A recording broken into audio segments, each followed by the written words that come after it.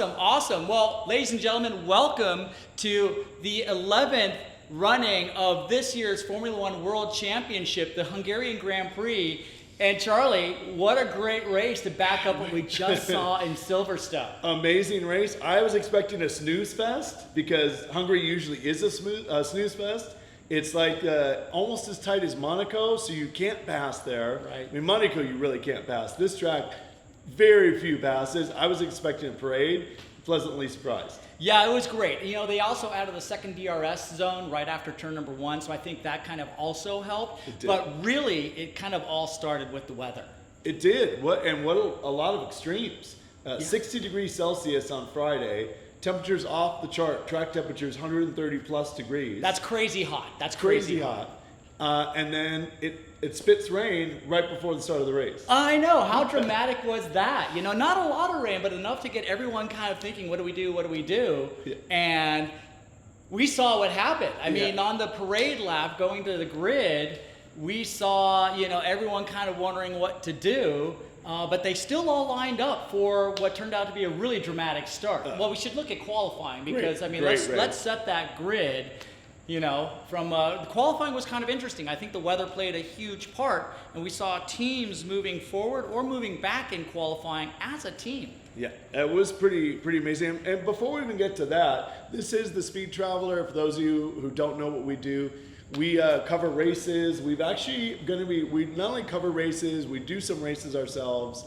We do some stunt driving, precision driving in the movies, and we love everything racing. So, Cars. And cars. Yeah. Also, we have some really fun events coming up. We're going to be doing a live Instagram from the IndyCar race in Laguna Seca. That's going to be really exciting. Not only will we be doing a show there covering the IndyCar race, but we'll also be racing. We'll be racing. So that's kind of exciting. In support to IndyCar. I think you're racing Friday, I'm racing Saturday. That's correct. And then at Long Beach Grand Prix, which is our absolute favorite race in the world. I've been to every single one. Ditto. You've been to every single one. We're going to be doing a really fun live Instagram and YouTube from Le Opera Restaurant in downtown Long Beach. And that is the spot where everyone hangs out in the evenings after the race. It's a great place to eat. It's a great place to have fun. And we'll be doing multiple shows from there. It's going to be a lot of fun because just like you said, Charlie, people just walk in, everyone comes in, you know, fans, drivers, team owners, Roger partners, Penske, the captain, Kevin Kalkoven. Yeah, they're all great people, and Terry runs a great ship there at Lopra. I mean, the crew there, Riley and Mickey and Miguel, they're all great people. I mean, everyone's there. Nicole's been really gracious, so we really thank all the folk at Lopra for the opportunity they're presenting with us for the Long Beach Grand Prix. All right, so back to the race. So qualifying was in warm weather. I've got the qualifying list here. We had Hamilton and Bottas 1-2. Not surprising. I was a little surprised. I thought Max would still have some speed, and I thought he was going to be pissed about the race before, British Grand Prix. So I thought Max was going to tear it up in qualifying, and he was fastest until we got towards the end. Yeah. And then he just couldn't do it. He couldn't do it, but this qualifying was kind of interesting to me because earlier in the year we saw the times a lot closer in the top 5, top 15 drivers.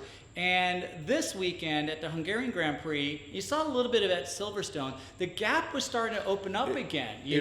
Max was almost 4/10, 3.8. Yeah, I got it right here. 3/10 to Bottas, 4/10 to Max, which was an eternity, really. That's an eternity. And then a second slower was Perez, and then it just got slower and slower from there. So now that we mentioned Perez, he did a pretty good job of qualifying. He needed to get that car closer to the front. Yep. So that was good. We had Pierre Gasly, continuing to excel, and fifth, Lando in sixth. It's about where we expected him. But again, doing a great job with this car. I'd expect more out of Danny Ricciardo, who's still just not punching the weight of the vehicle. I agree. No, I agree. Lando's just owning him right now. Right. There's no other way to say it, Love Danny. We love Danny, but we have great with the pit board if you haven't seen that. Leclerc 7th in quali. We had Ocon and Alonso in the Alpines. And I think they were the movers of the weekend in qualifying. I agree. Yeah, and they're progressively getting faster and faster. Yep. And Vettel rounded out the top 10. So, a good grid. You know, good an grid. interesting grid. We saw Agreed. some different drivers moving forward. Again, the Mercedes Red Bull parade is kind of pushing out. Agreed. I won't say it's unfortunate, but I'd like to see the times get a little bit closer. I'd like to see those gaps get a little bit closer. They're separating themselves from the herd a little bit. They right certainly now. are. But so to the race. So that was quali. I was checking on weather.com all weekend to see if there was going to be a rainstorm. And sure enough, about 40 minutes before the start, it rained. Right. And really put, a slick layer down on the tarmac. Yep. And the teams were all kind of scrambling to figure out what to do. They didn't know what to do. It's actually the rain we've been waiting for since Austria. I mean, I pontificated on how it always rains at Austria, and it didn't. It didn't rain anywhere. Anywhere. And then they finally got to Hungary and it rained. Yeah. So. But everyone ultimately started on rains. And, that was to be expected because it was extremely slippery. And you want to talk about the schmozzle on lap one? I just saw it up here. Yeah, well, honestly, it's Bottas got a horrible start, and we've seen this happen at other races where when you get in behind another car, you can't see where you're going. You get the wake wash of the aerodynamics, and I think that kind of drew him in a little bit deeper. The slippery conditions that everyone was dealing with just missed his braking points and took out Lando and both Red Bulls.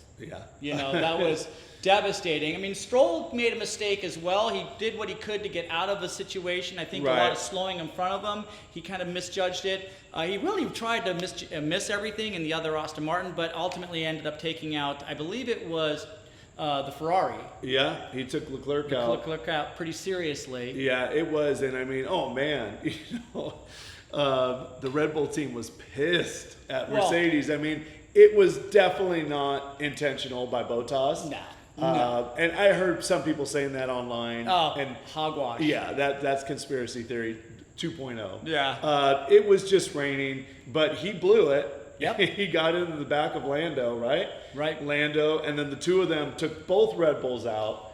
Perez made it about a half a lap, and I guess he cut an oil line or something and immediately had an engine problem. Yeah. So now Perez is screwed because now he's going to take another motor and take another penalty. Yeah, take another penalty, which he had nothing to do with. And this is where I kind of have to jump, and I'm going to jump on the FIA a bunch in this episode because they're really taking the racing away from the drivers and from the teams and putting it in these stupid, what I'll consider sometimes stupid penalties, arbitrary penalties, excessive penalties for small infractions, and no penalties for large infractions. Agreed.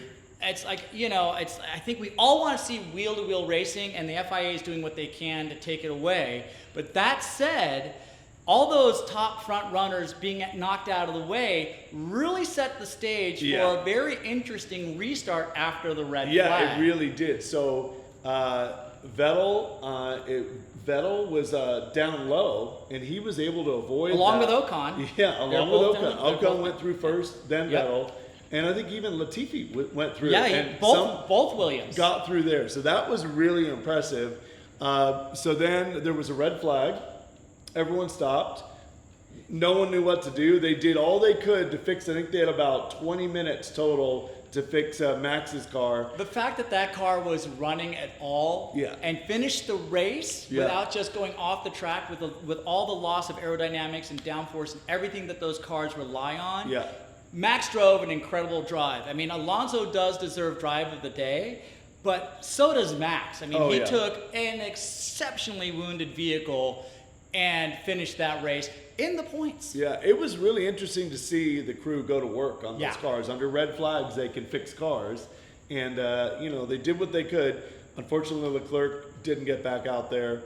He never got back to the pits. Yeah, Perez was gone. Yeah. I mean, it was just a shame. It was a real shame. But it was super interesting because the rain started coming a little bit more. Everyone was wondering what was going to happen on the installation lap for the restart of the race. You heard George Russell's radio comment, I think everyone's coming in. Yeah. And that's what happened except for one. Yeah, except for one. So Hamilton, as the leader, had to take they restarted the race from the standing start. Hamilton went around and he wasn't going to start from the pit lane, so he really had no choice but to go to the grid. Everyone behind him got off the rain tire onto slicks. Yeah. Because that track is famous for drying like that. Like that, yeah. And so it was a really unique start, wasn't it, to see Hamilton out there on the grid by himself? That was really cool. Yeah. I mean, I thought that was an amazing feature or an amazing event that occurred.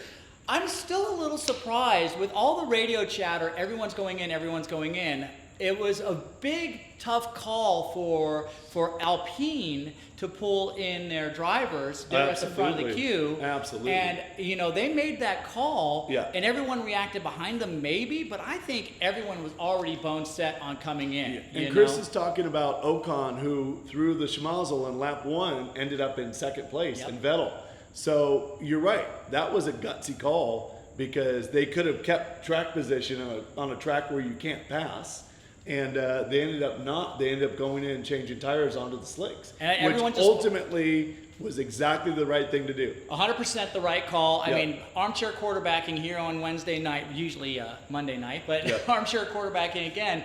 Absolutely the right call. It's very possible that all the cars that followed the first car to go in, everyone else behind them was going to follow. It happened to be Ocon was first to react and go into the pits. But I'm still a little surprised that Mercedes did not bring Hamilton in, because imagine if he went in and nobody else did. It would have been the exact reversal, and he would have been in the catbird seat. So I'm a little surprised that they didn't.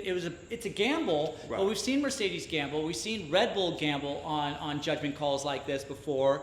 But this time, I don't know. I think Mercedes probably missed one right there. I mean, how do you make that call? Like you said, track position. How do you make that call? It's a hard call to make. It's a track where you normally can't pass. So I disagree with you slightly in the fact I feel they had to keep him out there just because they couldn't pass. But either way, it was a hard call to make. So Ocon and Vettel separated themselves from the herd. Latifi was in third at this point and basically held up a bunch of cars behind him. It was amazing. A guy that's used to running 18th and 17th in third, really, it was like his moment to shine. It really was. He did a fantastic job. He gets overshadowed a lot by his teammate, but I think he did a great job. I think Latifi did a great job. He drove the car incredibly well. It's not the best car out there. It's a good car, but it's not the best car out there. Clearly not the best car out there. It's struggling to even get into the middle packers, middle pack of the field. But he drove the car incredibly well, and he did a good job of keeping everyone behind him, but without being dangerous. I mean, he was very gentlemanly. He did a great job. So Ocon and Vettel just kind of pulled away from the field, and Hamilton stopped on lap 3, basically one lap after the restart. He put slicks on, but he was last, and he made his way up to about 13th, and then he just got caught.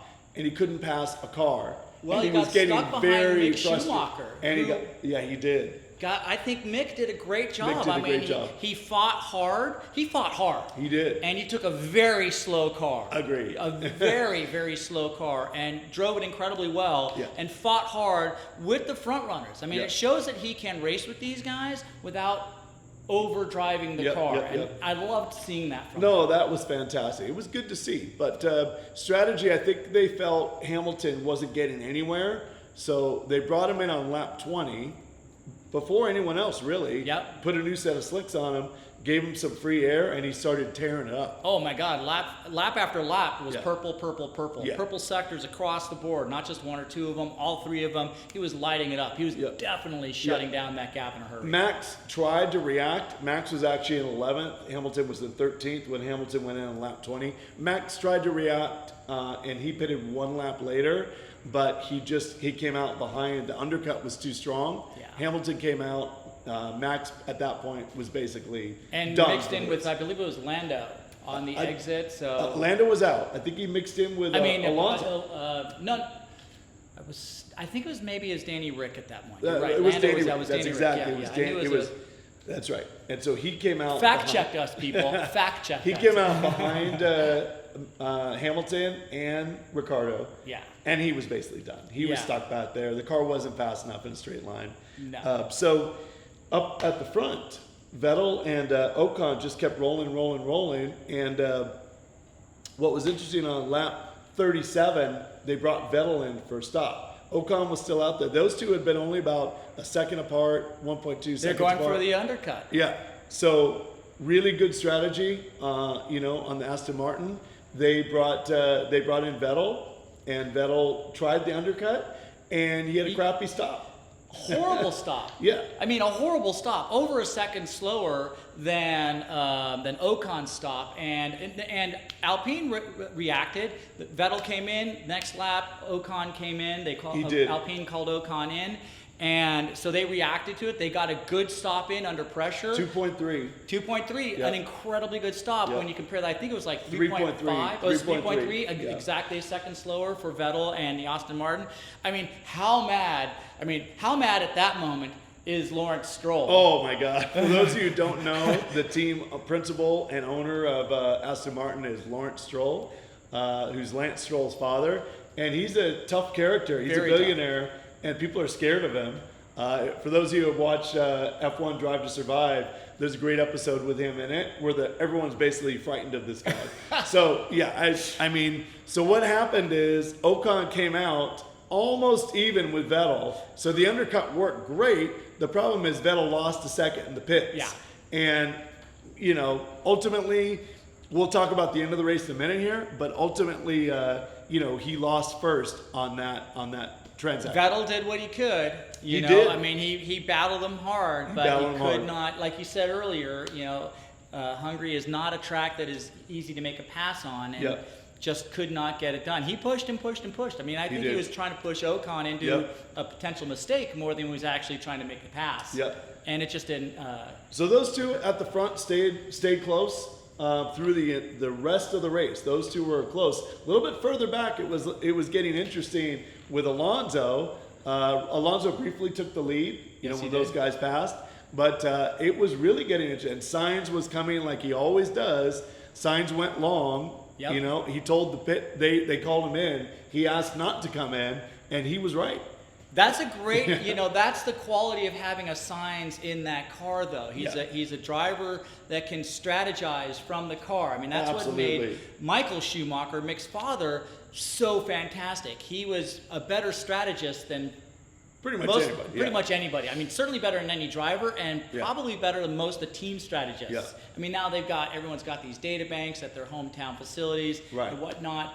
But you've got to be able to read your current environment, and I think Sainz probably does that better than anyone in the paddock. I mean, Lewis Hamilton's really good at that. Lewis Hamilton's but great. I think Sainz might even be a little bit better. So Sainz was doing great. Alonso was doing great. They brought Hamilton back in for a fresh set of tires, and that led to a lot of great events because now Hamilton was tearing through the field, just disposing of guys left and right. Except for a few who really battled hard. Yeah, so we got towards the end of the race. Everyone else was essentially on a one stop. We don't count that stop on lap 2. No, it doesn't. So everyone else was on, we'll say everyone was on a 2-stop.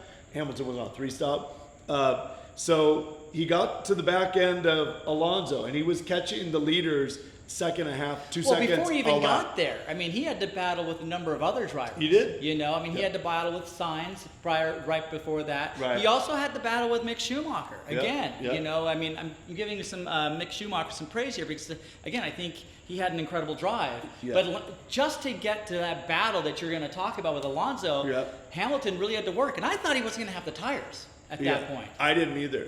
But he managed it well, and he caught Alonso at lap 60, and everyone just figured he was going to blow right by. Keep in mind, he was getting closer and closer to the front of the field. Despite everything that happened to Hamilton, I mean, you got to give the guy credit. He freaking tore it up. Again. And he was only off the leaders by about 8 seconds when he caught Alonso. And that was lap 60, and what an amazing display by Alonso. Oh my God! Well, both drivers. Yeah. I mean, they went at it tooth and nail. There's been some memes on Instagram of Alonso's Alpine being as wide as the track, and that's basically the truth. But it was great battling. But even more so for me, while they were battling, they were actually closing the gap Yeah. on Vettel and yeah. Ocon. Oh, yeah. You know, so they're not Significantly. driving in a straight, you know, just driving the line. They're battling each other really, really hard, which normally makes those cars time-wise go a little bit slower. Yeah. But they were getting closer to the front end of the sharp end of the Yeah, stick. and Hamilton was trying everything to get by Alonso. It was And I mean, awesome. it was vintage Alonso, you Oh. know, from back in the day. It was so great to see him, you know, tear Absolutely. it up like that. So for 5 laps, Hamilton tried everything. Hamilton was on the radio. He was mad, you know, typical Hamilton. Typical any driver. Yeah, exactly. It's But, okay when you're doing the blocking. It's yeah. not okay when you're being blocked. So Alonso, you know, basically held him up enough that he couldn't catch Vettel and Ocon. He absolutely assisted in a dramatic way in scoring that Alpine its first victory under its new badging. I agree. You know, French team effectively. Yep. You know, I mean, I can't believe Alain Prost wasn't there. He would have been Yeah, that's a shame. hooray. But yeah, people were talking about Alonso for the next, you know, since the race. It's been all over social media. So he did a brilliant job keeping him back there. Absolutely. And like Chris said, it ultimately led to Ocon getting his first win ever. He hadn't won a race since I think since GP2, yeah. Yeah, in 2015. So it's been quite a dry spell, you know, and Ocon's had some opportunities with some good teams, but it took dramatic situations to create that opportunity. And we've seen that before, you Yep. know. We saw Pierre Gasly at Monza, Yep. you know, get that first victory, and that was based, you know, it came out of some extreme conditions, Yeah. you know, circumstances. So it was super exciting to see was that great. happen. But you know, we should wrap up a little before we go to questions. I think ultimately, so Ocon pulled it out. I know you want to talk about the cool down lap.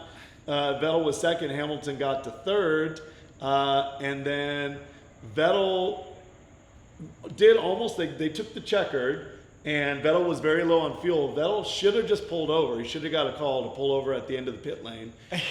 They let him go to about turn 10. And said, stop the car. Then said stop the car, and then he was running up the pit lane from one direction.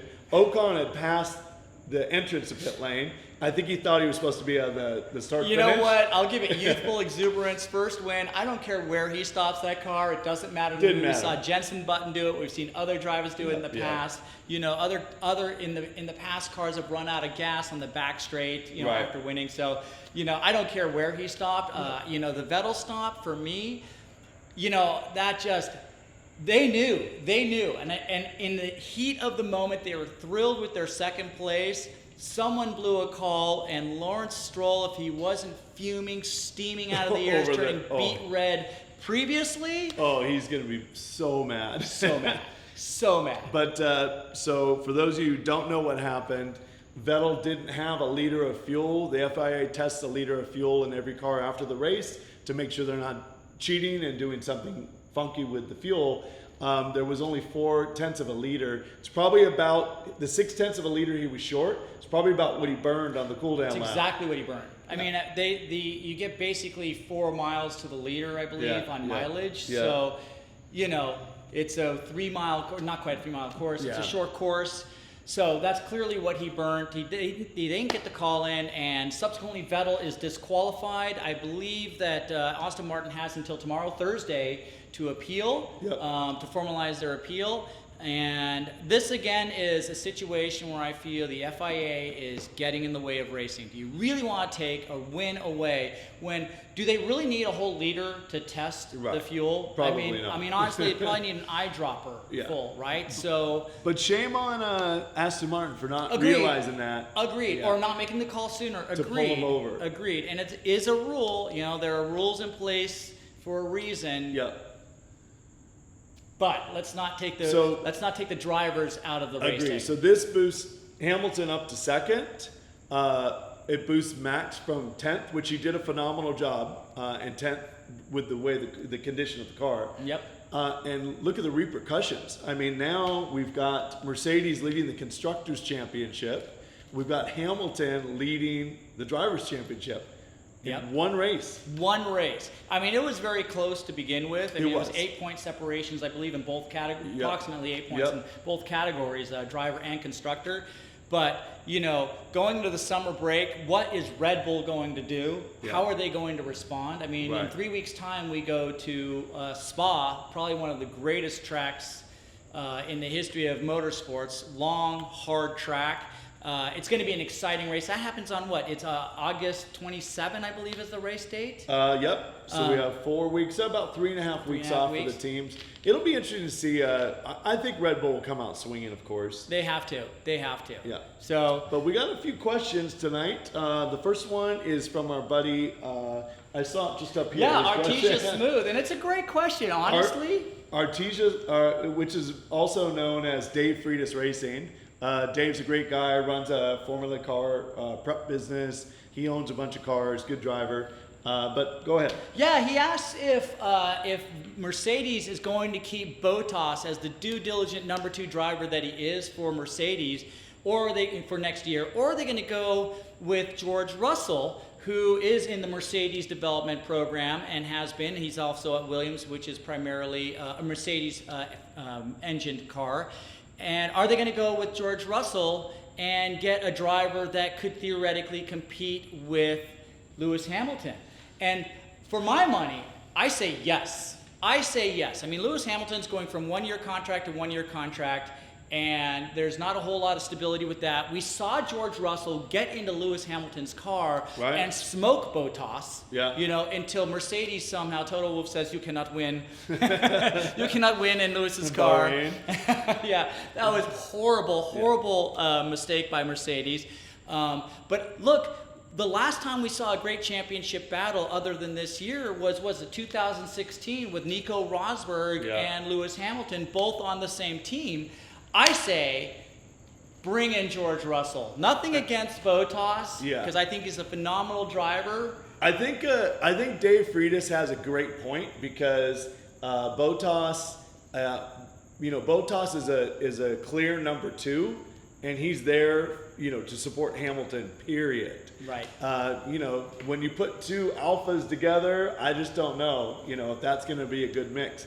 I have a feeling they're not going to sign George, and they're going to sign someone else that's going to be more of a number 2 driver. Yeah. And then I think, in 2 years or whatever it is when Hamilton quits, then they'll go after the George Russell. But let's see what happens. But what happens to George Russell next year, though? I don't think he stays with Williams. Yeah. I see, there are potentials moving forward in the grid. I mean, look, Danny Rick has a contract, but Danny Ricciardo has not been driving that McLaren to the level that Lando Norris has been. Yeah. That's a seat worth looking at. And it's a shame because you lose a great character with Danny Ricciardo. Absolutely. But he's not. I mean, that's a place where George Russell could go. But send us a question if you've got a question on that. Let's see. Our buddy Preston's F36. Our buddy works at Disney. Oh, he just said lowered the start of that race. I love the start of that race.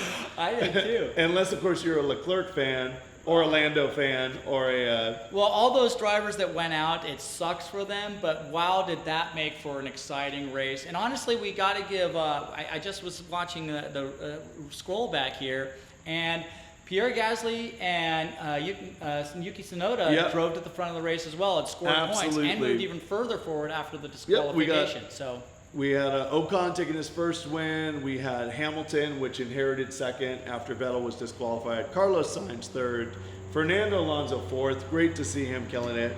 Pierre Gasly fifth. Latifi seventh. Russell eighth. Max got up to ninth. And your favorite driver, Kimi, got a point. Yeah, I'm glad to see that the other teams are finally scoring points. Those Formula One championship points are so important to the team for funding and financing for the coming year. Yeah. It's really important that they all get 1 point. I mean, Haas has really got to be going, what do we do? What do we do? But Kimi Räikkönen got another point for Alfa Romeo.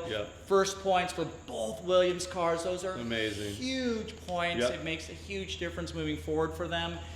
Gives them an opportunity to step it up next year. So really exciting stuff. Yeah, so that was it. Round 11 down. There's a 3.5 week break now. We are going to be back in 2 weeks.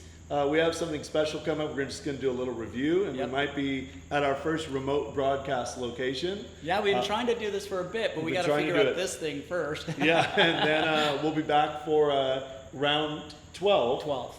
which is at Spa. Yeah, great track. I can't wait to see what happens there. We hope you can't wait to see what happens. I can't wait to be here again talking about that I know. race. It's going to, well, Spa has a lot of straightaway, so it'll be. And it's gonna rain. It's gonna rain. I'd say Hamilton's going to be quick at Spa once again, but let's see. Yeah, it's gonna be exciting. All right, well, thanks for tuning in, everyone. We will be back in 2 weeks, and then back in for a recap, and back in 4 weeks for a review of the Belgian Grand Prix.